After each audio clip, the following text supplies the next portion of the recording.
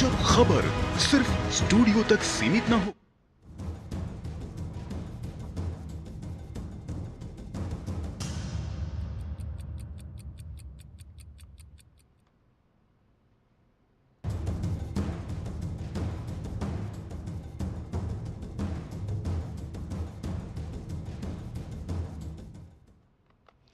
नमस्कार, DD news पर आप देखना शुरू कर चुका है हमारा खास प्रोग्राम। इस वक्त मैं हूं लाल चंद्र सिंह। अगले एक घंटे में हम देखेंगे कुछ ऐसी खबरें जिन पर चर्चा जरूरी है, और यह चर्चा हम करेंगे अपने संवाददाताओं और खास मेहमानों के साथ। और आज सबसे पहले खास चर्चा बिहार की राजनीति को लेकर जो बड़ी खबर आ रही है उस पर सबसे बड़ी चर्चा, सबसे खास चर्चा करने वाले हम खास मेहमानों के साथ, क्योंकि करीब करीब 21 साल से मुख्यमंत्री रहे नीतीश कुमार का राज्यसभा जाना, राज्यसभा के लिए नामांकन उनका हो रहा है और राज्यसभा में जाना उनका लगभग तय हो चुका है। तो उससे जो वहां पर कुछ सवाल उपजते हैं कि अब वहां सत्ता का समीकरण क्या होगा, नए मुख्यमंत्री कौन होंगे, किस पार्टी से होंगे, कितने उप मुख्यमंत्री होंगे, साथ में उनके बेटे निशांत भी राजनीति में प्रवेश कर रहे हैं। तो इन सारी चीजों को लेकर आज सबसे पहले खास चर्चा करेंगे और उसके बाद पड़ोसी देश नेपाल की बात होगी, जहां पर आज चुनाव के लिए मतदान हो रहा है। मतदान काफी अच्छा चल रहा है, भारी मतदान की खबर है, लेकिन सवाल यह है कि आगे प्रधानमंत्री कौन बनेगा। किसी एक पार्टी को बहुमत वहां आएगा क्या? याद कीजिए जेन जी के आंदोलन को, जिसमें केपी शर्मा ओली को इस्तीफा देना पड़ा था। तो अब वहां क्या होगा, नेपाल के राजनीतिक भविष्य पर बात करेंगे। और इसके बाद बात ईरान इजरायल युद्ध की भी, क्योंकि ईरान इजरायल युद्ध जो पश्चिम एशिया में चल रहा है, अमेरिका भी उसमें शामिल है इजरायल की तरफ से, तो उसका असर तो हो ही रहा है तेल, गैस, ये तमाम आपूर्ति के साथ, लेकिन इसके साथ साथ फेक न्यूज और प्रोपेगेंडा भी फैल रहा है। ऐसा ही एक प्रोपेगेंडा पश्चिमी देशों की मीडिया में फैला कि ईरान की नेवी पर भारतीय ठिकानों का इस्तेमाल करके अमेरिका ने हमला किया। भारतीय विदेश मंत्रालय ने खंडन किया कि यह बिल्कुल फेक न्यूज था। ऐसे ही बहुत सारे फेक न्यूज युद्ध में फैलते हैं, उसकी भी करेंगे बात, और क्या हो रहा है असर, इसकी भी करेंगे बात। लेकिन सबसे पहले इस वक्त की हेडलाइंस। प्रधानमंत्री नरेंद्र मोदी और फिनलैंड के राष्ट्रपति अलेक्जेंडर स्टब के बीच हुई द्विपक्षीय वार्ता। दोनों देशों के बीच हुए कई अहम समझौते। पीएम मोदी ने फिनलैंड को बताया शिक्षा के क्षेत्र में रोल मॉडल।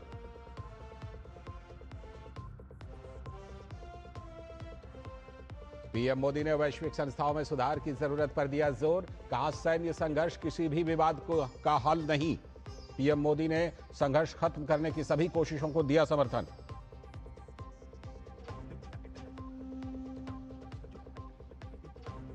बिहार में सत्ता का नया युग, बिहार को मिलेगा नया मुख्यमंत्री। नितिन नवीन, नीतीश कुमार सहित एनडीए उम्मीदवारों ने राज्यसभा के लिए नामांकन किया दाखिल। तो केंद्रीय गृह मंत्री अमित शाह और भाजपा और जदयू के वरिष्ठ नेता नामांकन कार्यक्रम में हुए शामिल। ईरान और इजराइल के बीच ताबड़तोड़ हमले जारी। ईरान के नौसैनिक पोत को डुबोने पर विदेश मंत्री अब्बास अरागची ने अमेरिका को चेताया, गहरे पछतावे के लिए तैयार रहने को कहा।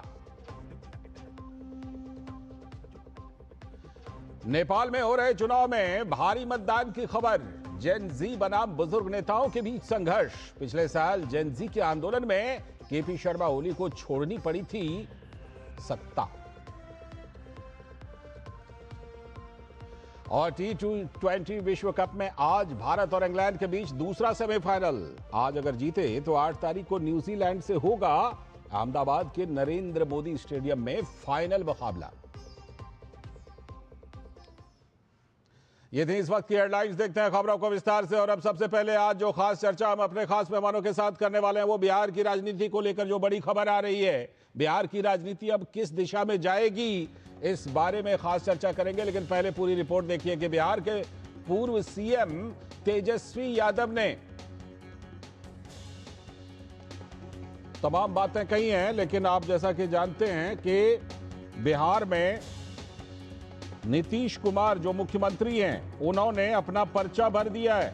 मुख्यमंत्री नीतीश कुमार ने अपना पर्चा भर दिया है और ये पर्चा जो उन्होंने भरा है ये राज्यसभा के चुनाव के लिए नीतीश कुमार जाएंगे राज्यसभा, तो मुख्यमंत्री को लेकर कयास तेज हैं।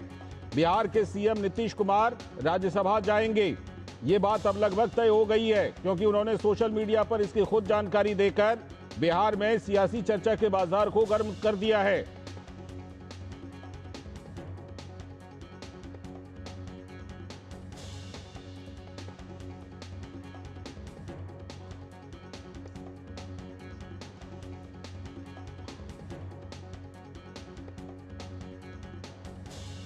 बिहार के सीएम नीतीश कुमार राज्यसभा जाएंगे, अब ये बात लगभग तय है। उन्होंने सोशल मीडिया पर इसकी खुद जानकारी देकर बिहार में सियासी चर्चा के बाजार को गर्म कर दिया है। कहा जा रहा है कि बिहार में बीजेपी का अब सीएम होगा। इसके अलावा जेडीयू कोटे से डिप्टी सीएम होंगे। तो सूत्रों के मुताबिक कई नामों की चर्चा भी तेज हो गई है। सीएम नीतीश कुमार का वादा है कि नई सरकार में उनका मार्गदर्शन हमेशा मिलता रहेगा।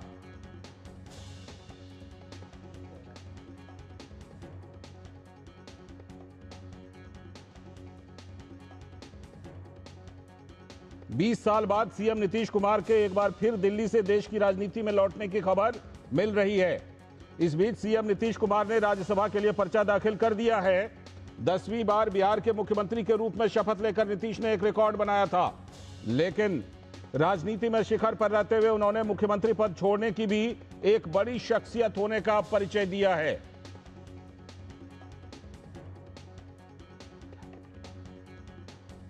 बिहार में विपक्ष के नेता तेजस्वी यादव ने कहा कि चुनाव में जिस तरह से उनकी जीत हुई है, धन तंत्र की, मशीन तंत्र की जीत हुई है जेडीयू और बीजेपी की। उन्होंने आरोप लगाया कि जेडीयू अब नहीं बचने वाली।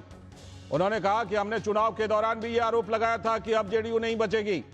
साथ ही उन्होंने कहा कि हमारी पूरी सहानुभूति नीतीश कुमार के साथ है, लेकिन यही तेजस्वी यादव उनके स्वास्थ्य को लेकर अफवाह भी फैला रहे थे कि उनकी स्मरण शक्ति कमजोर हो गई है। आज विपक्ष के नेता कुछ लोग नैरेटिव बना रहे हैं। कांग्रेस ने आरोप लगाया कि बीजेपी ने यह तख्ता पलट किया है और यह जनता के साथ विश्वासघात है, लेकिन यही कांग्रेस उनके प्रति कितना सम्मान दिखाती है ये तो लोगों ने देखा हुआ है। यह भी कहा जा रहा है कि नीतीश कुमार के राज्यसभा जाने के साथ ही बिहार की राजनीति में उनके बेटे निशांत कुमार की भी एंट्री होने वाली है। तो जेडीयू निशांत को नीतीश का सियासी उत्तराधिकारी घोषित करके अपनी आगे की सियासत को मजबूत कर सकती है। लेकिन यह बात भी तय है कि बिहार की विकास गाथा में नीतीश कुमार का नाम पहले पन्ने पर दर्ज मिलेगा, क्योंकि उनका एक बिल्कुल जो उनकी लेगेसी रही है। लोग आने वाले मुख्यमंत्री की तुलना नीतीश से करेंगे कि ये नीतीश से कितने अच्छे कितने कम, ये बातें तो रहेंगी, क्योंकि नीतीश कुमार 2 दशक से भी ज्यादा समय तक बिहार के मुख्यमंत्री रहे। तो बिहार के पूर्व डिप्टी सीएम और विपक्ष के नेता तेजस्वी यादव ने साल 2024 में नीतीश कुमार को लेकर तमाम अपमानजनक बातें कही थी। आज उनके लिए सहानुभूति दिखा रहे हैं। उस समय क्या कही थी, देखिए जरा। हम नीतीश जी के साथ कुछ दिन काम भी किए, उप मुख्यमंत्री भी रहे, लेकिन ज्यादातर जो है हम विपक्ष में रहे। हम लोग सब लोग जानते हैं। आप मेरा एक बयान देखिएगा, जब नीतीश कुमार जी जब दोबारा हम डिप्टी सीएम बने, उसके बाद जब दोबारा वो 28 जनवरी 2024 में जब हम लोग को छोड़ के गए थे, तब उनके पास कोई वाजिब वजह भी नहीं थी कि हम लोगों को क्यों छोड़ा था।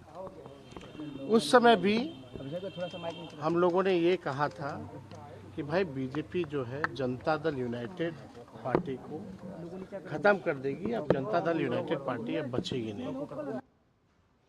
और अब आपको ये भी दिखाते हैं कि नीतीश कुमार के राज्यसभा नामांकन के बाद भाजपा पर दोषारोपण करते रहे हैं कि भाजपा बिहार में महाराष्ट्र मॉडल लाना चाहती है, विपक्ष कह रहा है। सुनिए जरा। कितनी बार ये कसम खा चुके हैं इधर या उधर, वो आपको भी याद नहीं होगा। बिहार की जनता तो छोड़िए, किसी पत्रकार को भी याद नहीं होगा कि इधर आए तो कितनी बार कसम खाएं, उधर गए तो कितनी बार कसम खाएं। उनका कसम का कोई मतलब नहीं है। There is zero value of उनका जो भी कसम उखाते हैं, कोई वैल्यू नहीं, मतलब नहीं है, और कोई विश्वास भी नहीं करता। कब पलट जाए, कब ही हो जाए, कोई मतलब नहीं। और वहीं जेडीयू के वरिष्ठ नेता केसी त्यागी का कहना है कि नीतीश कुमार पार्टी के सर्वोच्च नेता हैं और हमेशा शिखर पर रहे। उनका हर फैसला सर माथे पर। नीतीश जी पार्टी के सर्वमान और सर्वोच्च नेता हैं। वो बुलंदियों पर रहें, शिखर पर रहें, ये हर कार्यकर्ता उनके लिए इच्छा और अपेक्षा से भरा हुआ रहता है और उनके फैसले को हम लोग सर माथे पर रखते हैं। वही भाजपा के नेता और बिहार भाजपा के पूर्व अध्यक्ष दिलीप जायसवाल का कहना है कि नीतीश कुमार राज्य की जनता के हितों के लिए सदैव तत्पर रहते हैं।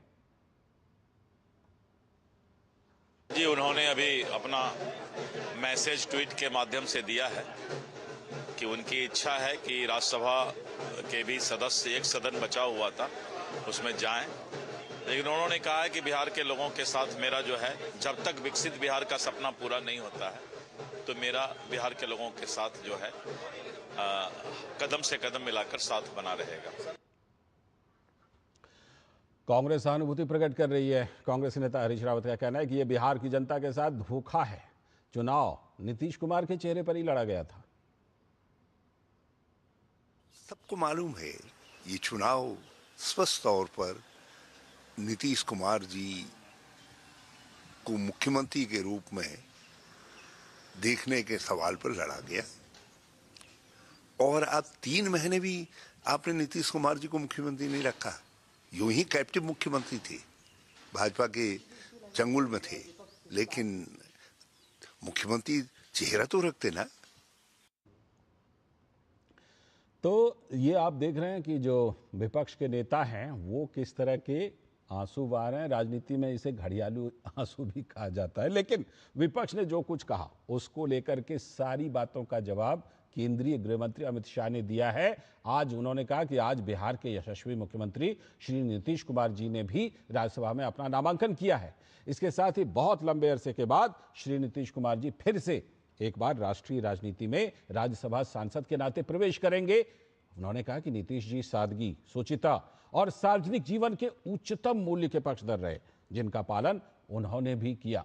नरेंद्र मोदी जी के नेतृत्व में 11 साल तक बिहार को हर प्रकार से आगे ले जाने में नीतीश जी ने बहुत बड़ा योगदान किया। आज बिहार के यशस्वी मुख्यमंत्री श्री नीतीश कुमार जी ने भी राज्यसभा में अपना नामांकन किया है।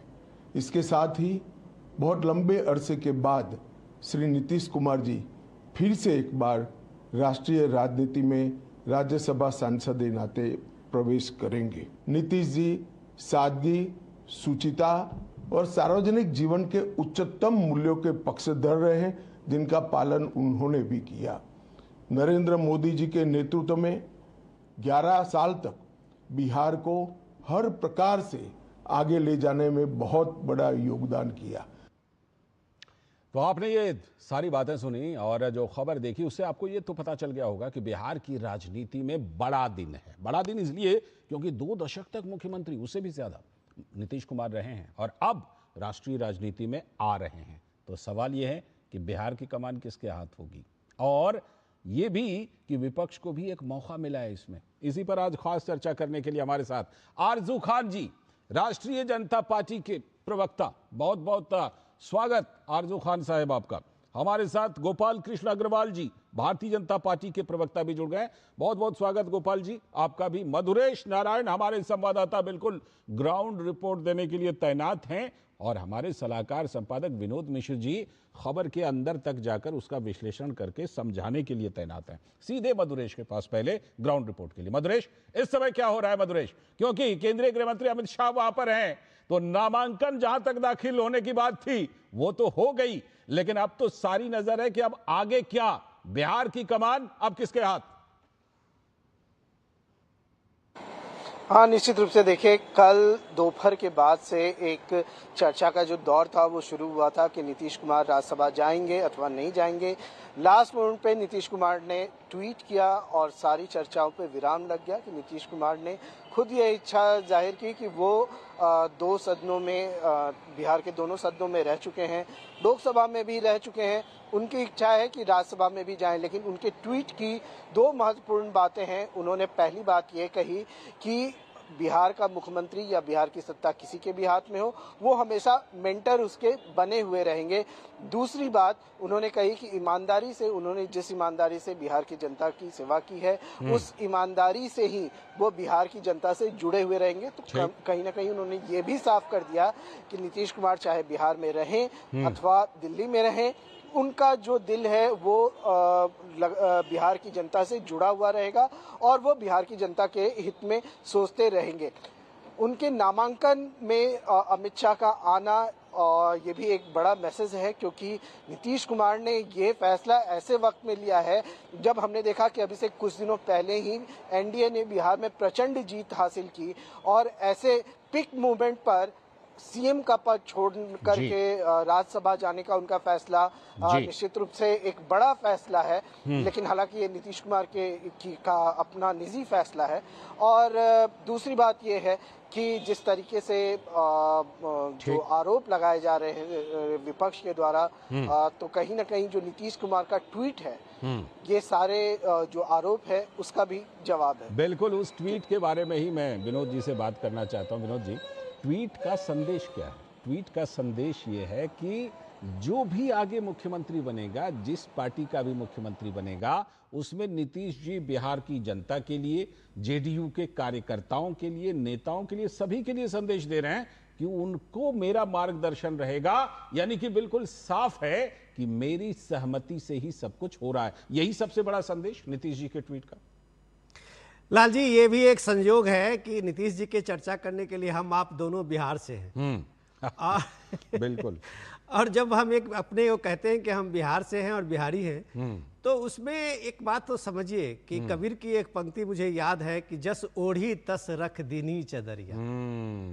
राजनीति में ऐसा कम ही हुआ है, बेदाग, बिल्कुल, कि एक बेदाग छवि जिनके पर आप एक भी रुपया का चार्ज नहीं लगा सकते हैं, कि 10वीं बार मुख्यमंत्री पद के शपथ लेने वाले नीतीश कुमार पे बेशक आज उनके जो अपोजिशन में तेजस्वी यादव है, वो कांग्रेस पार्टी है या जो भी ये पार्टी महागठबंधन के हो, किसी ने भी 1 रुपया का कभी ये चार्ज नहीं लगा पाया कि नीतीश कुमार बेईमान है। तो ये एक शानदार उपलब्धि जो किसी नेता की और सार्वजनिक जीवन के लोगों की है, उसको तो आपको सलाम करना पड़ेगा। दूसरा इंपॉर्टेंट चीज ये समझने की जरूरत है कि एक शीर्ष पे पहुंचे हुए राजनीति में आप ये देखिए, 10वीं बार जब आप मुख्यमंत्री कहते हैं, इससे आगे नीतीश कुमार को क्या जाना है। और आज अगर उन्होंने इसको विराम दिया है अपने ट्वीट के जरिए, तो मुझे लगता है कि राजनीति में भी आने वाले दौर में एक सबक होनी चाहिए कि आपको कहीं तो अपने को एक लिमिट करना होगा। बिल्कुल, एक ना एक दिन तो आना है। एक ना एक दिन तो रिटायर्ड फील्ड में आप देखते हैं, चाहे वो महेंद्र सिंह धोनी हो, चाहे वो गावस्कर हो, चाहे सचिन तेंदुलकर हो, उन्होंने अच्छा परफॉर्म करके मैदान से अपने को संन्यास लिया था। लेकिन नीतीश संन्यास नहीं ले रहे हैं। नीतीश का परफॉर्मेंस जो है वो कह रहे हैं, जब अमित शाह गृह मंत्री का आपने सुना, वो कह रहे हैं कि राष्ट्रीय राजनीति में इनकी एक भूमिका अब होगी। जाहिर सी बात है कि बिहार में इतने लंबे अरसे के बाद बिहार पीछे रहा है, नो डाउट, लेकिन बिहार को जिस गड्ढे से उठा के नीतीश कुमार ने इंफ्रास्ट्रक्चर से लेके जो बिहार को बनाया है, अब तो बिहार को सिर्फ स्पीड पकड़ना है। बिहार में आप देखिए, गांव से लेके और शहर तक जो रोड, सड़कें हैं, 24 घंटे बिजली है, ये ऐसे किस राज्य में इस तरह की इतने बड़ा डेवलपमेंट आपने देखा होगा। अभी जरूरत और चीजों की है। मुझे लगता है कि ये एक चुनौती है होगी नए जो भी कोई चीफ मिनिस्टर होंगे, कि नीतीश कुमार के लेगेसी को आगे बढ़ाना ही उनके लिए एक सबसे बड़ा चैलेंज होगा। जो बीजेपी के हों या जेडीयू के हों, ये तो और पार्टी के लोग तय करेंगे, लेकिन नीतीश कुमार बिहार में एक मानक, एक स्टैंडर्ड बना दिया। बिल्कुल, वो स्टैंडर्ड बना दिया है। और नीतीश जी कई बार ये बात भी सही है कि आरजेडी के साथ भी काम किए हुए हैं। क्यों आरजू साहब, आरजेडी के साथ भी कुछ बार गए, काम किया उन्होंने, अच्छा काम किया। ये बताइए कि ऐसे में नीतीश कुमार जी के ऊपर कोई दबाव है और नीतीश कुमार जी किसी दबाव में काम करते हैं, ये कम से कम आरजेडी को नहीं कहना चाहिए। ऐसा इसलिए कि नीतीश कुमार जी को जब लगा कि अब मुझे आरजेडी के साथ जाना चाहिए, चले गए।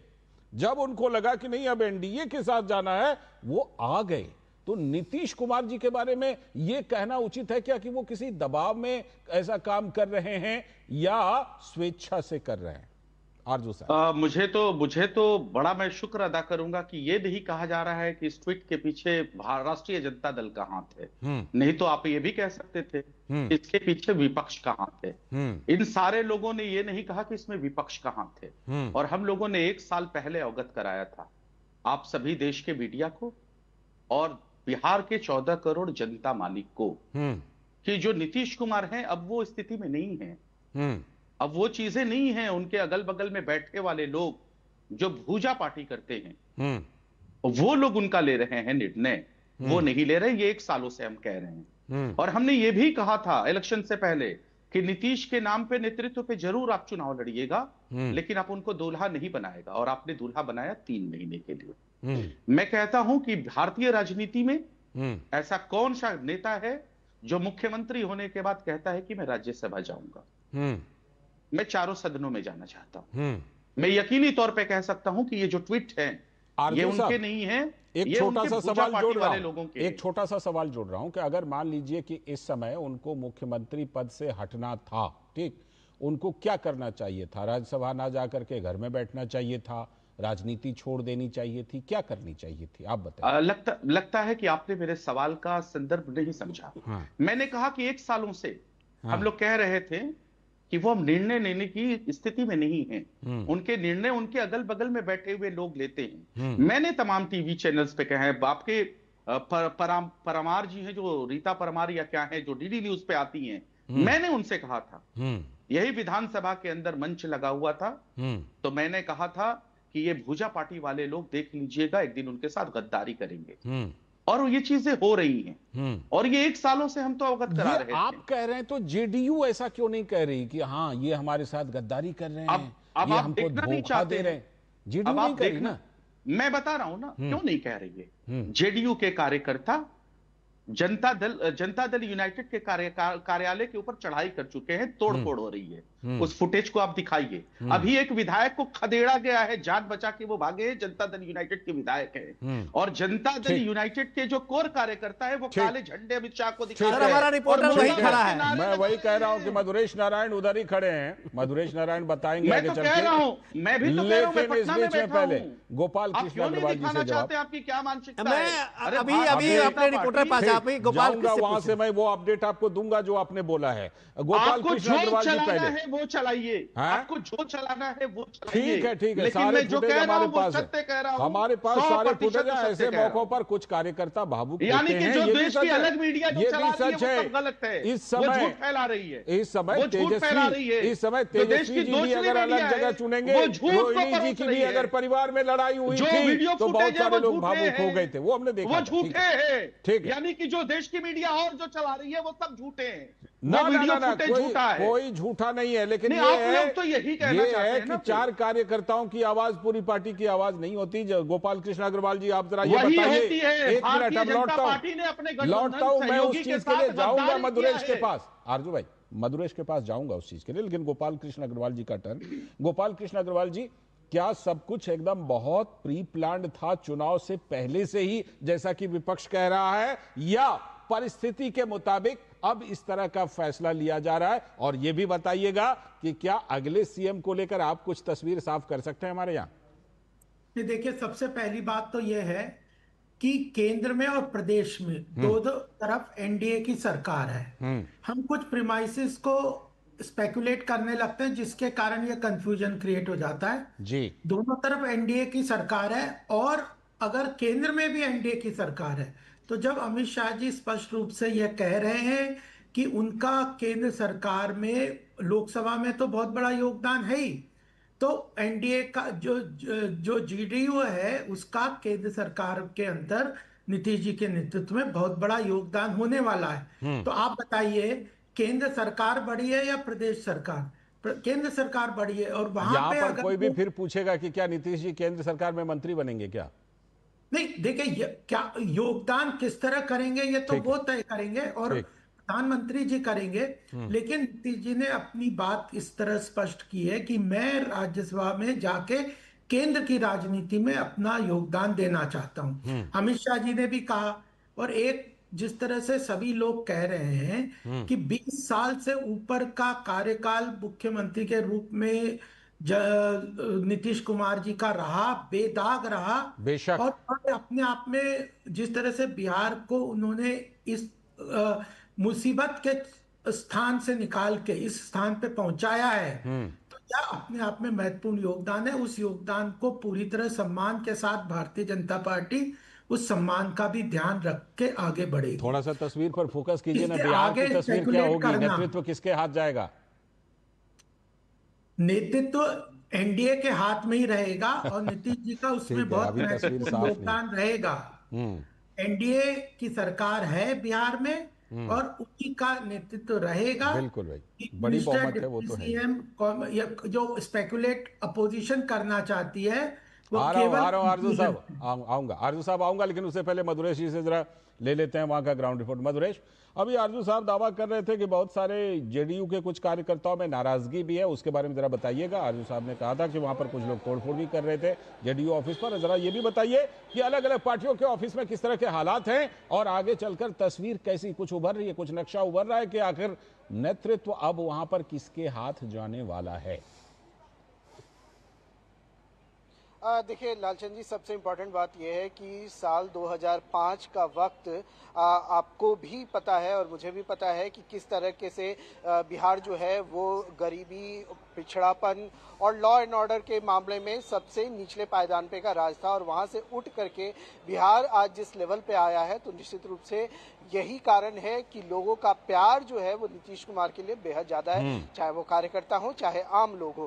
तो नीतीश कुमार ने जब ये फैसला किया कि वो राज्यसभा जाने वाले हैं, तो कार्यकर्ता निश्चित रूप से दुखी जरूर हुए कि उनका नेतृत्व करने वाला जो बदहाली से खुशहाली की तरफ लेकर के जो नेता आया था वो दिल्ली जा रहा है। तो निश्चित रूप से एक उद्गार उनके मन में आता है और ये लेकर के वो सीएम हाउस के बाहर पहुंचे थे।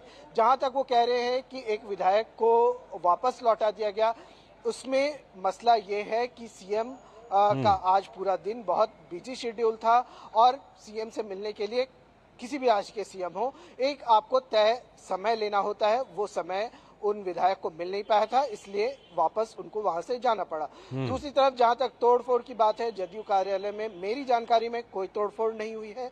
बाकी बीजेपी कार्यालय में भी स्थिति सामान्य है। नितिन नवीन के नामांकन को लेकर के उत्साह देखने को मिल रहा है। कल भी जो बीजेपी कार्यालय है वहां पे होली के उत्सव पर जो रंगोत्सव हुआ उसमें भी उत्साह देखने को मिला। आज भी उत्साह है और निश्चित रूप से आज जब अमित शाह जब पटना पहुंचे तो बीजेपी के कार्यकर्ता हों या जदयू के कार्यकर्ता हों, सामूहिक रूप से उन लोगों ने फूलों की बारिश जो है वो अमित शाह के काफिले पे उनके गाड़ी पर की। तो कहीं ना कहीं ये दिखाता है कि जो उत्साह है, चाहे वो कार्यकर्ता मैं समझ गया, मैं आपकी उस बात को लेकर चल रहा हूँ, मैं उस बात को लेकर चल रहा हूँ कि अमित शाह जी के ऊपर फूलों की बारिश करने में बीजेपी के साथ साथ जेडीयू के लोग भी शामिल थे। लेकिन विपक्ष तो ये कह रहा है विनोद जी कि नहीं बीजेपी ने दगा कर दिया, धोखा कर दिया, जबकि अभी तो ये भी तस्वीर साफ नहीं है कि कौन मुख्यमंत्री बन रहे हैं, किनको नेतृत्व मिल रहा है। अब ये बात अलग है, अनुमान लगाए जा रहे हैं, लेकिन जिस तरह की बात अभी मधुरेश बता रहे थे उसमें तो ये लगता है कि बीजेपी और जेडीयू के बीच सब कुछ बिल्कुल बहुत ही अच्छी तरीके से तय किया गया है। सारी चीजों पर लगता है बहुत पहले से ठीक से केंद्र जो बड़े बड़े नेतृत्व दोनों तरफ के हैं उन्होंने विचार करके एक फॉर्मूला निकाला होगा। लाल जी, मैं आरजू साहब को जानता हूं, बहुत सीनियर जो है वहाँ आरजेडी के प्रवक्ता हैं। जी जी जी, और उनका मैं सम्मान करता हूं। लेकिन सवाल तो ये है कि आरजू साहब के साथ में मजबूरी क्या है, ये मैं बताता हूँ। बताइए कि आरजू साहब के जो पार्टी है उसके सिर्फ 25 सीटें हैं, वो कुछ करने की स्थिति में है भी नहीं। सिर्फ ये कसीदे पढ़ने के अलावा और र्यूमर फैलाने के अलावा और एक नैरेटिव अपने के लिए अपने लाने के लिए अलावा उनके पास कोई चारा नहीं है। उनके जो सहयोगी दल सबसे बड़ी कांग्रेस है उसकी 6 सीटें हैं। तो आप कुछ करने के लायक है नहीं, तो आप सिर्फ प्रोपेगेंडा करने के लायक है। और उस प्रोपेगेंडा में जब आप ये कहते हैं कि नीतीश के साथ धोखा हुआ, नीतीश का तख्ता पलट हुआ, आप जब ये बात कहते हैं आरजू साहब, ये एनडीए जो अभी गोपाल जी कह रहे थे, नीतीश जी एनडीए के चीफ मिनिस्टर है और वो आज से नहीं है, पिछले 21 साल से है। बीजेपी की सबसे बड़ी पार्टी पिछली बार विधानसभा में भी थी, 40 सीटें जेडीयू की थी, तब भी बीजेपी ने नीतीश को सीएम बनाया था। ये आप क्या लोगों को प्रीच करेंगे सर? सवाल तो ये है कि एक परिवार में आपके एक रोहिणी आचार्य का ट्वीट आता है तो कितना बवाल मचता है। तेजस्वी यादव आज तक तेज प्रताप यादव को मना नहीं पाए। भाई एक फैमिली, लालू यादव के फैमिली, 9 बच्चे, आप एक जगह है नहीं। आप जेडीयू के बारे में पूछ रहे हैं कि तोड़ फोड़ हो गई, ये हो गई। आपके अपने एक परिवार में तो तोड़ फोड़ अंदर में है। ये रो के एक बेटी बाहर जा रही है, वहां तो आपके पास कुछ कहने के नहीं है। अब बोलिए, आपकी बारी। अब देखिए, साक्ष्य को ना प्रमाण की जरूरत नहीं होती। और ये देखिए, ज्ञानेश्वर वात्स्यायन जो बिहार के राजनीति के बेहतरीन माने जाते हैं, अरे वो आपके लिए होंगे, मैं नहीं मानता हूँ किसी सोशल मीडिया के साथ डिनर करते हैं। अरे आपके लिए होंगे आरजू साहब, मैं नहीं मानता किसी सोशल मीडिया के जर्नलिस्ट को। अलग अलग लोग बटे हुए, अलग अलग अपने नैरेटिव है, हम उसका नैरेटिव पब्लिक ब्रॉडकास्ट नहीं करते। उनको छोड़ दीजिए, फैक्चुअली बात कीजिए, फैक्चुअली। हाँ, मैं बताता हूँ, ये देखिए लाइव सिटीज। अरे सर, आप क्या उदाहरण दिखा रहे हैं? क्या इनके चैनल का या यूट्यूब चैनल का प्रचार कर रहे हैं क्या? करिए ना उनका, हम नहीं मानते उनको। मतलब ये जो फुटेज है ये गलत है, ये फुटेज गलत है, ये गलत है। चलिए ठीक है, गलत चीजें नहीं, हम अपने रिपोर्टर पर भरोसा करेंगे। हमारे रिपोर्टर जो बता रहे हैं, हम तो वो खड़ा है वहां पे। ठीक है, अब सुन लीजिए दूसरी बात। ये जो बार बार जो कसीदे पढ़ रहे हैं कि बिहार को 2005 के बाद 2026 तक कहां तक ले गए हैं, मैं आपसे सवाल करता हूं, संपादक जी से सवाल करता हूं, पैनलिस्टों से सवाल करता हूं। कई घंटे तक बोलता रहूंगा इस सवाल के जवाब। कई घंटे तक बोलता रहूंगा, क्योंकि हमने उसके पहले भी वहां पर इलेक्शन कवरेज किए और हमने गड्ढों में सड़कों को देखा है। हमने ये देखा है कि पटना से सिवान जाने में या छपरा से सिवान जाने में 5 घंटे लगते थे 30 किलोमीटर की यात्रा करने में। मैं खुद उसका गवाह हूं। एकदम आप सही बोल रहे हैं।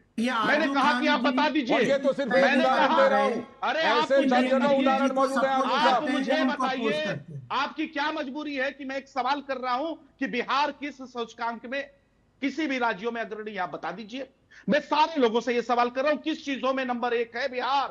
अदर राज्यों से ये बताइए, 20 सालों के शासन सत्ता के बाद कीजिए ना, क्या शिक्षा में है? 2005 से 2025-26 की तुलना करेंगे ना, करिए ना। 1990 से 2005, 2005 से 2024 तक का एनसीआरबी का वही तुलना तो बता रहा हूं। दूसरे नंबर पे वही तुलना बता रहा हूं। पहले सबसे सिवान जाने में 6 घंटे लगते थे, सबसे नंबर 1 पे अभी 20 मिनट में जाते हैं ना। आप देखिए ना सर, अब देखिए, मैं तो वही बता रहा हूं मैं। डेटे को लाइए। अरे आप 10 घंटे बिजली आती थी, वो भी डिम वोल्टेज के साथ। लाल जी, अभी 20-22 घंटे बढ़िया वोल्टेज के साथ। लाल जी 1 मिनट में जवाब देता हूँ। आरजू साहब, आपने सवाल किया, मैं जस्ट जवाब देता हूँ। मेरा आप एक गोपाल जी बैठे हुए हैं आपके जवाब देने के लिए। जवाब देंगे। मैं सिर्फ आपको डेटा बता रहा हूँ। अरे सर, मैं डेटा बता रहा हूँ। अरे 1 मिनट तो सुनिए आरजू साहब, 1 मिनट सुनिए तो सही। सुन लीजिए। बिहार में आज सरप्लस बिजली प्रोडक्शन करने वाला, बिजली सरप्लस प्रोडक्शन करने वाला बिहार आज किसी भी राज्यों से आ गया। एक मिनट सुन तो लीजिए। एग्रीकल्चर ग्रोथ में बिहार का जो ग्रोथ है पिछले 15 सालों में, बिहार एग्रीकल्चर ग्रोथ में और जीडीपी में सबसे आगे है। तो एक बीमारू राज्य को नीतीश कुमार, जो वहाँ का जो बिहार का जो एग्रीकल्चर जीडीपी है सबसे नंबर 1 है। अभी ये मत पूछिए, अभी आप सुनने के लिए तैयार नहीं है। नंबर 1 बन गया। अभी ये पूछिए कि जो गड्ढों में सड़क हुआ करती थी वहां से बिहार निकल गया। की रिपोर्ट 95 लाख, जहां 8 घंटे बिजली होती थी वहां 22 घंटे बिजली रहने लगी, अच्छे वोल्टेज के अरे साथ। बिहार नंबर 1 है। पंचायती राज में देखिए 50% से ज्यादा महिलाएं हैं वहां पे। उद्योगों में नीतीश कुमार का गला घोटा है आप जैसे लोगों ने। वहां पे नीतीश कुमार का गला घोटने में आप जैसे लोगों का साथ है। आरजू साहब, मैं आपके नेता का फिर बात सुनवा दूंगा। गोपाल जी और उनकी पार्टी पर आरोप लगा रहे थे, आपकी क्या मजबूरी है? दूसरों पर हम लोग आरजू साहब, अरे गोपाल जी, आप कहें तो हम आप कहीं तेजस्वी का 4 दिन पुराना बैठ सुनवा दें कि वो कह रहे हैं कि भाई ये चाचा जो है कुछ उनको याद नहीं है, ये बीमार है, और आज आप कसीदे पढ़े जाते हैं। मेरे बाइट को मानते नहीं। अब अग्रवाल साहब का सुन लीजिए। गोपाल सर बहुत देर से नहीं बोल पाए। गोपाल देखिए, सबसे पहली बात यह है कि जिस तरह बिहार में लालू यादव जी ने लूट, भ्रष्टाचार का और अराजकता का माहौल सृजन वहाँ घोटाला, क्रिएट किया था, सृजन घोटाला, पलायन वहाँ से सबसे ज्यादा होता था। मुजफ्फरपुर बिहार में चिपक वापस नहीं पाया, वहाँ पे पहुंच रहे हैं। चिपका नहीं कुछ, चारा घोटाले की तरह नौकरी के बदले जमीन की तरह कुछ भी चिपक नहीं पाया। फर्टिलाइजर इंडस्ट्री बन रही है। जिस तरह से बिहार में अब विकास का काम हो रहा है, घोटाला और उसके जरिए से गला पकड़ लिया गया नीतीश कुमार तरह से खत्म हो गई है। वहां पे डर का माहौल एक था।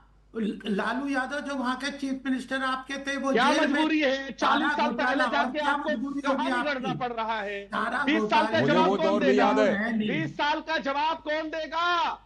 बिल्कुल बिल्कुल वो जवाब दिया उन्होंने चुनाव के दौरान, लोगों को जवाब दिया। अभी हाल ही में नवंबर में चुनाव हुए थे तो एनडीए ने जवाब दिया और फिर लोगों ने उनको जवाब दिया अपने जनमत के जरिए। उसके अपराधी को टिकट दिया गया। आज वहाँ पे स्वास्थ्य सेवाएं कब करिएगा? अरे उनका भी सुन लीजिए सर। नीट छात्रा में क्या हुआ? आरजू साहब, जो नीट छात्रा के साथ हुआ, रोजगार के अवसर उसके क्या अपराधी जेल के साथ में गए? सुरक्षित समझ रही है। कैग का रिपोर्ट बता दीजिए, कैग का रिपोर्ट बताइए। अरे कैग का रिपोर्ट भारत ले जाइए उस रिपोर्ट को कोर्ट में, बताइए ना। 72,000 करोड़ का रिपोर्ट को कोर्ट में लेकर जाइए। आरजू साहब, आपका हर सवाल का जवाब देने के लिए मेरे पास फैक्ट्स हैं। मैं आपकी तरफ प्रोपेगेंडा नहीं करता। आप जिस बात को पढ़ रहे हैं आरजू साहब, आप तो एक सम्मानीय सिटीजन हैं। नीतीश के इस 20-21 साल में बताइए कि एक भी कोई कम्युनल राइट हुआ है? ये होता है एक नैतिक और ये होता है एक आदर्श। जो आप कहते हैं कि इस एनडीए के रूल में सबका साथ सबका विकास, तो आज आप देख लीजिए जिस कम्युनिटी से आप आते हैं, पूरे नीतीश के रीजन में अगर सबसे बड़ा काम किसी के लिए हुआ है तो वो आपके कम्युनिटी के लिए हुआ है। और आप लोग हैं जो नीतीश कुमार की पार्टी को एक वोट नहीं करते हैं और आप यहां आके बताते हैं इस ज्ञान को। आपके कम्युनिटी में अगर सबसे ज्यादा कोई चीफ मिनिस्टर काम करने वाला है तो नीतीश कुमार है। बिल्कुल। और उस पार्टी को नाम पे, आप जिस पार्टी को नाम की बात करते हैं उसमें आप दंगा का रिकॉर्ड देख लीजिए और जेडीयू में दंगा का रिकॉर्ड देख लीजिए। आप ग्रोथ की बात करेंगे तो मैं आपको एक डेटा दूंगा 20 साल का। आप कंपैरिजन करेंगे 2005 से पहले और 2000 के बाद का। आप लोगों को सिर्फ नैरेटिव बनाने आता है। बीमारू राज्य से कितना आप बिहार लोग आगे सिर्फ निकला है। नैरेटिव बना के जो सियासत कर रहे हैं ना, इसका जवाब बिहार के 8 करोड़ जनता ने आपको 25 सीट पे ला दिया, चुनाव में दिया। आप सिर्फ टेलीविजन पे अपना डिस्कशन करते हैं। बिल्कुल। जनता का फैसला सबसे बड़ा होता है। आपका कोई नैरेटिव नहीं चला। तो ये समझने की जरूरत है। अभी तो 4 महीने पहले ही जनता ने आपको फैसला दिया है। अब किस मुंह से नीतीश कुमार और उसके शासन का कंपैरिजन कर रहे हैं बॉस? आरजू साहब आपके पास आऊं, लेकिन पहले मधुरेश के पास एक बार फिर से। मधुरेश, आगे क्या गतिविधि है केंद्रीय गृह मंत्री अमित शाह की? कहां बैठ के हैं? उससे बहुत कुछ पता चल जाएगा, बहुत कुछ संकेत मिलेगा। गृह मंत्री जी अमित शाह जी कहां जाने वाले हैं? देखिए, जहां तक मेरी जानकारी है कि स्टेट गेस्ट हाउस में थोड़ी देर के लिए वो गए थे और वहां पर उन्होंने एक छोटी सी बैठक जो बीजेपी के जो नेता हैं उनके साथ में की थी। उसमें कई बीजेपी के जो कद्दावर नेता वो शामिल हुए थे, गिरिराज सिंह वगैरह भी शामिल थे। और इसके बाद उनका कार्यक्रम है कि वो वापस दिल्ली जाने वाले हैं। तो कोई बहुत बड़ा कार्यक्रम बिहार में है नहीं। जो आगे अपडेट आपसे लेता रहूंगा। नामांकन फिलहाल शुक्रिया, आप समय की कमी है। शुक्रिया मधुरेश, शुक्रिया आरजू साहब, शुक्रिया गोपाल जी, शुक्रिया विनोद जी, आपका भी बहुत बहुत शुक्रिया इस चर्चा में हिस्सा लेने के लिए। अभी वक्त है ब्रेक का, और ब्रेक के बाद जब लौटेंगे तो बात करेंगे पड़ोसी देश नेपाल की, जहां आज चुनाव हो रहे हैं, मतदान हो रही है। अच्छी मतदान की खबर है, लेकिन सवाल ये कि आगे सत्ता किसके हाथ जाएगी। करेंगे इसकी पड़ताल ब्रेक के बाद।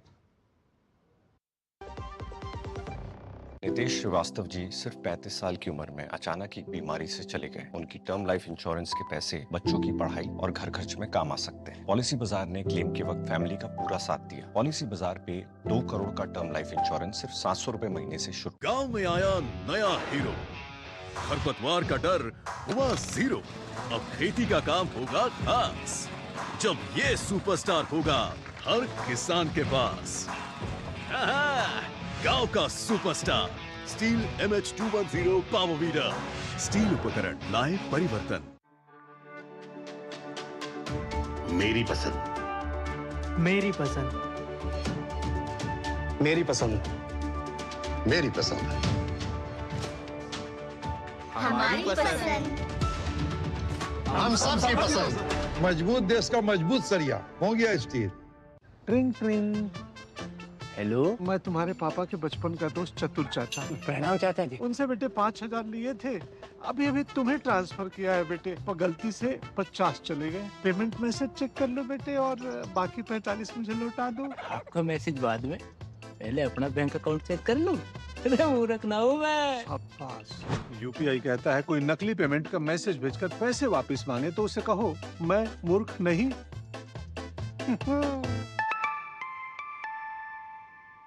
जाइए आप भी किसी का टेस्ट लीजिए। स्वागत है ब्रेक के बाद। आप देख रहे हैं डीडी न्यूज पर इस वक्त, और जैसा कि ब्रेक पर जाने से पहले बताया था कि अब हम बात करने वाले नेपाल के चुनाव की, जहां आज मतदान, भारी मतदान की खबर भी आ रही है। लेकिन सवाल यही कि आगे वहां पर सत्ता किसके हाथ जाएगी, कौन बनेगा नेपाल का प्रधानमंत्री। रिपोर्ट देखिए पहले। पूरी दुनिया की नजर इस समय नेपाल पर है, क्योंकि जेन जी के प्रचंड आंदोलन के बाद लोकतंत्र में पुराने चेहरे बनाम जेन जी को लेकर इस समय मतदान हो रहा है। और सितंबर 2025 में, ये तस्वीरें उसी समय की है, सितंबर 2025 में युवाओं के नेतृत्व में हुए हिंसक प्रदर्शनों के बाद देश में होने वाला पहला चुनाव आज हो रहा है। ये जो है वो चुनाव की तस्वीर है।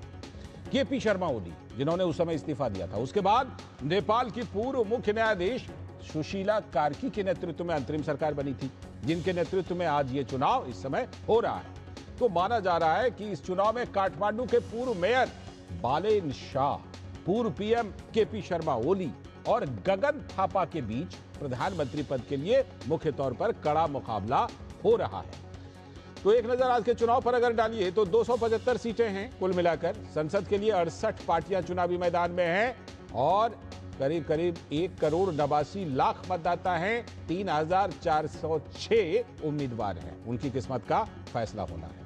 पिछले साल जेन जी के विरोध प्रदर्शन के कारण इस्तीफा देने वाले केपी शर्मा ओली एक बार फिर से चुनावी मैदान में हैं। सुबह से चुनाव शांतिपूर्ण तरीके से चल रहा है। अभी तक किसी भी तरह की अप्रिय घटना की कोई खबर भी अभी तक सामने नहीं आई। लेकिन भ्रष्टाचार और नेपोटिज्म को लेकर 2025 में जो विद्रोह उठा था, वो इस चुनाव में कितना बड़ा मुद्दा बना है, ये देखना बड़ा दिलचस्प होगा। यूएमएल के KP Sharma Oli, Communist Party of Nepal के पुष्प कमल दहल प्रचंड, नेपाली कांग्रेस के शेर बहादुर देउबा, राष्ट्रीय स्वतंत्र पार्टी के बालेन शाह के बीच, युवाओं के बीच कौन नेता लोकप्रिय है, ये भी आज तय हो जाएगा। देश के सभी 77 जिलों में एक ही चरण में सुबह 7 बजे से शाम 5 बजे तक ये वोटिंग हो रही है। इसके लिए 23,000 से ज्यादा मतदान केंद्र भी बनाए गए हैं और मतदान पूरा हो जाने के बाद काउंटिंग की प्रक्रिया भी आज से ही शुरू हो जाएगी।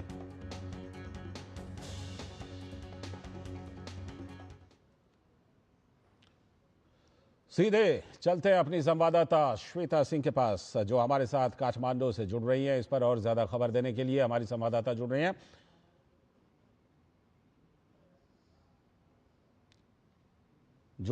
हमारी संवाददाता आगे चलकर जुड़ने वाली है। तो नेपाल में आज मतदान हो रहा है, चुनाव के लिए भारी मतदान की खबर है, लेकिन सवाल यही कि आगे चलकर क्या कुछ होना है नेपाल में।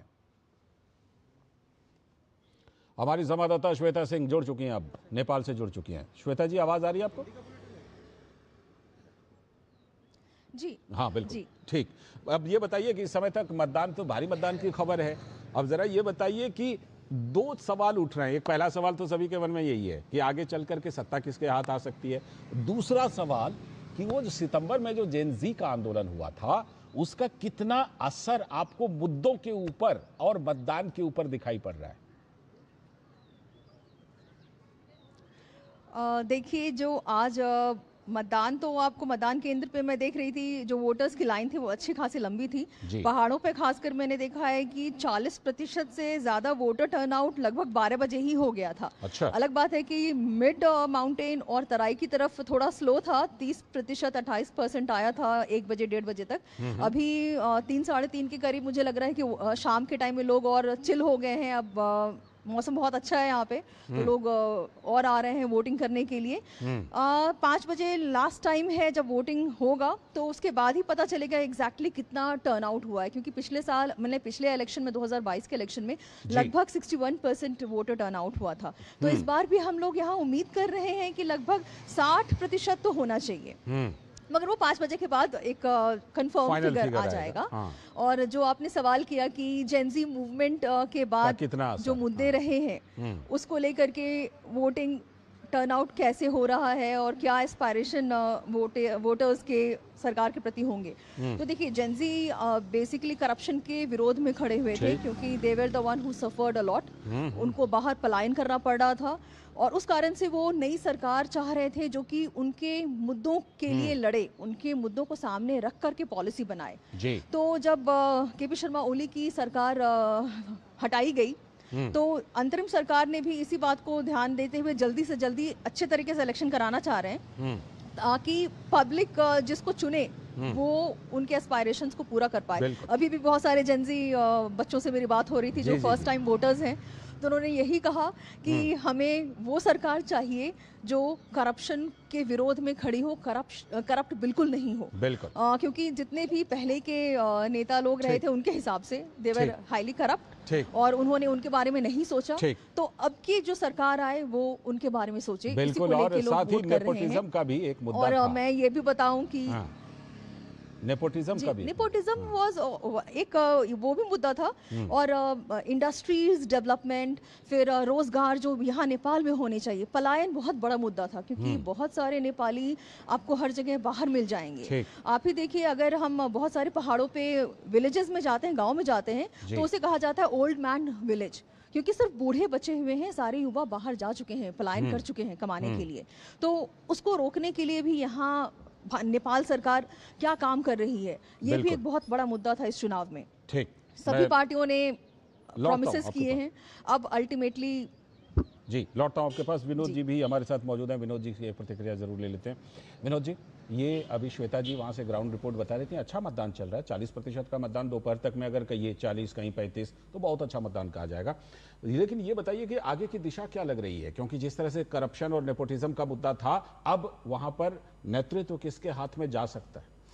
लाल जी, मैं श्वेता जी का ही सुन रहा हूँ, इससे पहले भी उनका सुना, उसी आधार पर मैं आपको कह रहा हूँ कि ये ओल्ड गार्ड वर्सेस जेन जी जो है ये नेपाल में इस बार तय होना है जी कि ओल्ड गार्ड नेपाल में चलता रहेगा या फिर जो नया एक चेहरा है प्रधानमंत्री के रूप में वो सामने में आएगा।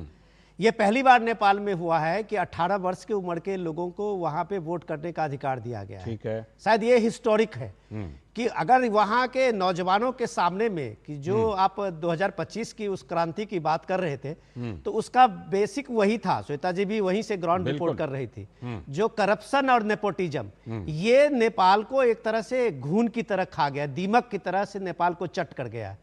आप पुष्प कमल दत्त प्रचंड को भी देखिए कि वो लेफ्ट के जो खूनी क्रांति की बात जब करते थे और वो समानता की बात नेपाल में करते थे, आज उस प्रचंड की हालत, अपनी हैसियत और वहां उनके जो लोग थे उनकी हैसियत में क्या फर्क, कितना फर्क है। तो ये नेपाल के जब यूथ ने इस चीज को देखा था, आप जब केपी शर्मा ओली को देखिए या देवा को देखिए, उनके परिवारों का देखिए लगातार कि उनके बच्चे कैसे फॉरेन में पढ़ते हैं, अमेरिका में पढ़ते हैं, इंग्लैंड में पढ़ते हैं, और गरीब जो नेपाल के बच्चे हैं उनके लिए एक स्कूल नहीं है।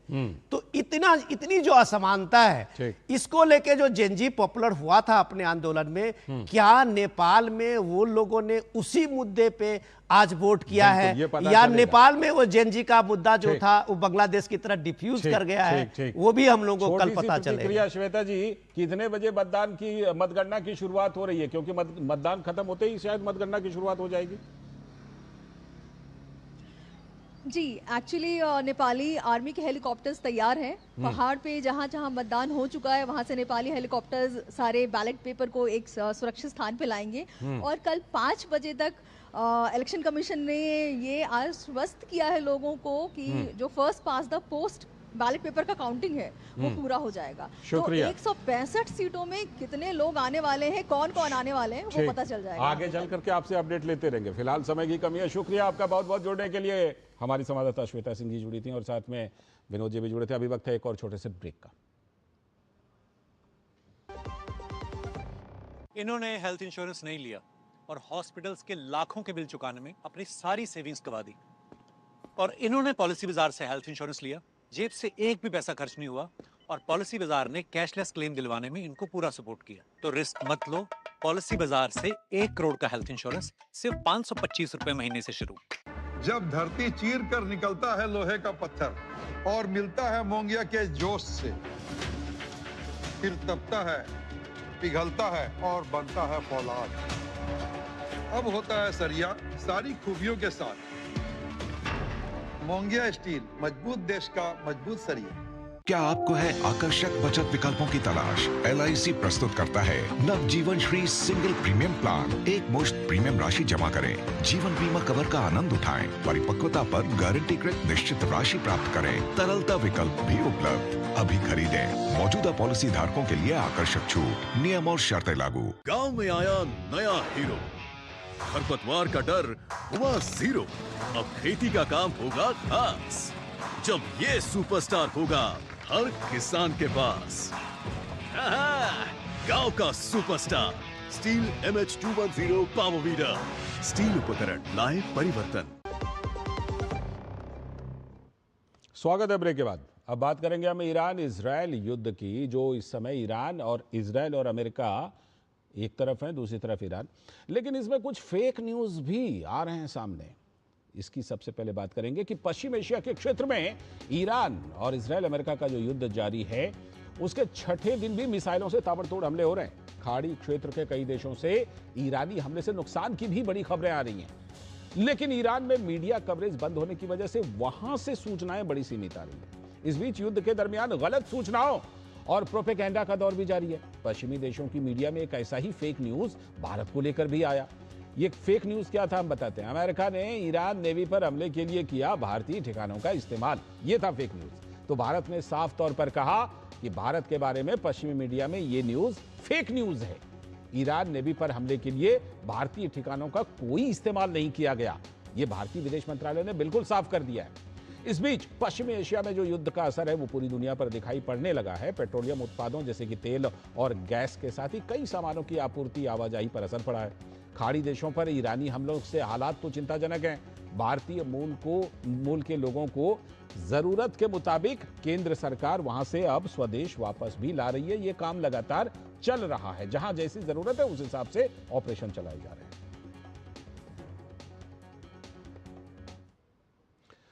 अखिलेश सुमन हमारे संवाददाता जुड़ चुके हैं इस पर और ज्यादा जानकारी के साथ, जो इस खबर पर बिल्कुल पैनी नजर रखे हुए हैं।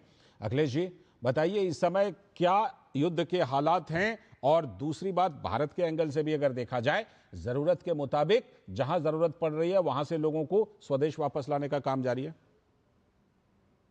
देखिए, निश्चित तौर पे स्वदेश से वापस लाने का काम जारी है, लेकिन इसके पहले मैं बताऊं कि अभी थोड़ी देर पहले प्रधानमंत्री नरेंद्र मोदी ने फिनलैंड के राष्ट्रपति के साथ एक संयुक्त बयान दिया था, और उस बयान में उन्होंने कहा कि जो मिलिट्री कॉन्फ्लिक्ट है वो किसी समस्या का समाधान नहीं है। साफ साफ उन्होंने उनके कहने का मतलब कि मध्य पूर्व में जो ईरान, इजराइल और अमेरिका के बीच में चल रहा है, मतलब इजराइल और अमेरिका एक तरफ और ईरान एक तरफ, और ईरान फिर जो मध्य पूर्व के अन्य देशों पे हमले, इस मिलिट्री कॉन्फ्लिक्ट से इस समस्या का समाधान नहीं होगा, मतलब बातचीत के टेबल पे बैठना होगा। निश्चित तौर पे यह एक महत्वपूर्ण बात है जो प्रधानमंत्री नरेंद्र मोदी ने कही है। ग्लोबल साउथ का सबसे बड़ा देश भारत, उसके अलावा दुनिया का सबसे बड़ा देश, दुनिया का सबसे बड़ा लोकतंत्र, उसकी तरफ से ये बात आई है कि ये बिना बातचीत के इस मसले का समाधान नहीं निकाला जा सकता, मतलब मिलिट्री कॉन्फ्लिक्ट बंद करके शांति की ओर बढ़ना चाहिए और बातचीत करने की ओर बढ़ना चाहिए। तो ये बात है भारत की तरफ से।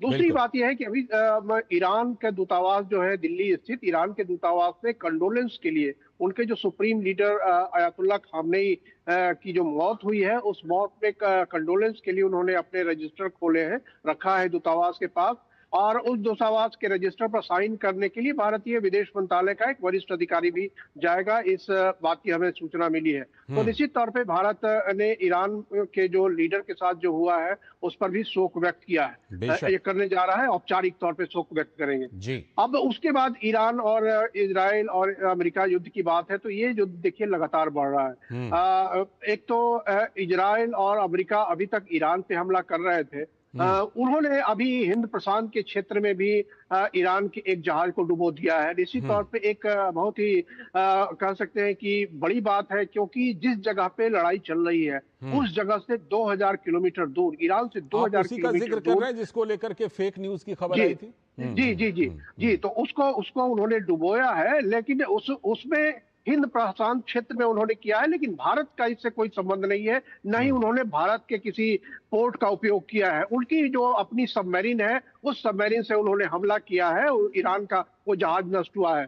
कल ही की बात है, और 32 जो उसके सैनिक थे ईरानियन, उसको उन्होंने बचा लिया श्रीलंका ने, और करीब करीब 100 से ज्यादा जो है वो उसमें मारे गए हैं, उनके भी 100 श्रीलंका ने निकाले हैं। तो श्रीलंका का जो एक्सक्लूसिव इकोनॉमिक जोन था श्रीलंका का, उस इकोनॉमिक जोन में वो जहाज था, डेना उस जहाज का नाम था। तो इसमें भारत की कहीं कोई भूमिका नहीं है। भारत लगातार शांति की बात करता रहा है, और भारत इस तरह के युद्ध में किसी एक पार्टी को अपना पोर्ट या अपनी जमीन का इस्तेमाल करने की इजाजत नहीं देता। दूसरी बात, और तीसरी बात महत्वपूर्ण जो है ये कि एक ईरान ने हमले बढ़ा दिए हैं। इजराइल और अमेरिका की लाख कोशिशों के बावजूद ईरान के हमले अभी रुके नहीं है। दोहा में बड़ा ब्लास्ट हुआ है, और दोहा में उस ब्लास्ट से कह सकते हैं कि जो कतर है, कतर काफी इससे प्रभावित हुआ है। दोहा की उनकी राजधानी है, और दोहा में ब्लास्ट होना। दूसरी तरफ ईरान ने अजरबैजान में ब्लास्ट किया, ड्रोन से ब्लास्ट कराया है, और अजरबैजान ने कहा है कि इसका बदला लिया जाएगा। तो जिस तरीके से देख रहे हैं कि ईरान की कैपेसिटी पूरी तरह खत्म हो गई है, या खत्म ऐसी दिख नहीं रही है। ईरान के पास भी लगता है कि काफी असलहे हैं, ताकत साजो सामान है सैनिक के, और वो लगातार हमले करते हैं। शुक्रिया इस तमाम अपडेट के लिए। और एक बात बिल्कुल ये साफ है कि ईरान की जिस नेवी जहाज को मारने की बात कही जा रही है वो भारतीय समुद्री सीमा से बाहर श्रीलंका की समुद्री सीमा में था। बहुत बहुत शुक्रिया अखिलेश जी जुड़ने के लिए और ये तमाम अपडेट देने के लिए। और इसी के साथ आज के इस वक्त में इतना ही। पूरी टीम को दीजिए अनुमति। नमस्कार।